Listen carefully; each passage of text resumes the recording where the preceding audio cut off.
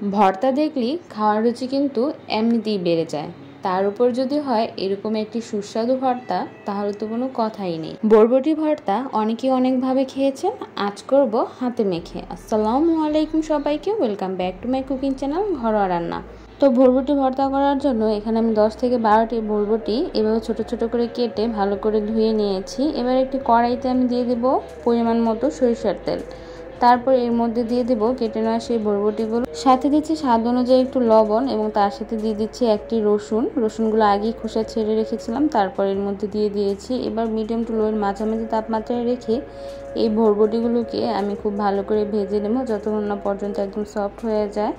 তো এখানে বরবটি এবং রসুন খুব ভালো করে ভেজে নেওয়া হয়ে গিয়েছে। এবার একটি প্লেটে আমি নামিয়ে নিচ্ছি। বরবটির এই ভর্তাটি তেলে ভেজে করার ফলে এর স্বাদ কিন্তু অনেক অংশেই বেড়ে গিয়েছে। তো বরবটি ভাজা হলে এবার আমি ভেজে নিচ্ছি কিছু শুকনো মরিচ। আপনাদের যদি গ্যাসের প্রবলেম হয় সেক্ষেত্রে কিন্তু আপনারা কাঁচামরিচ দিয়ে ওই ভর্তাটি করে নিতে পারেন।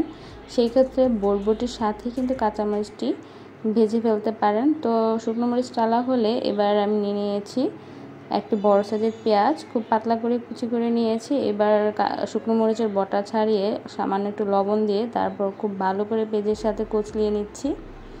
পেঁয়াজটি কচলাতে যখন মনে হবে যে এর থেকে জুসি একটা ভাব চলে এসেছে, ওই পর্যায়ে ভেজে নেওয়া বরবটি এবং রসুনগুলো একসাথে খুব ভালো করে মেখে নেব। তো এভাবে মেখে নিলে কিন্তু ভর্তাটি খাওয়ার জন্য একদম রেডি হয়ে যাবে। যেহেতু সবগুলো উপকরণই সরিষার তেল দিয়ে ভেজে নিয়েছি, সেহেতু আর এক্সট্রা কোনো এখানে সরিষার তেল দেইনি। আশা করি আজকের এই ভর্তার রেসিপিটা আপনাদের কাছে ভালো লেগেছে।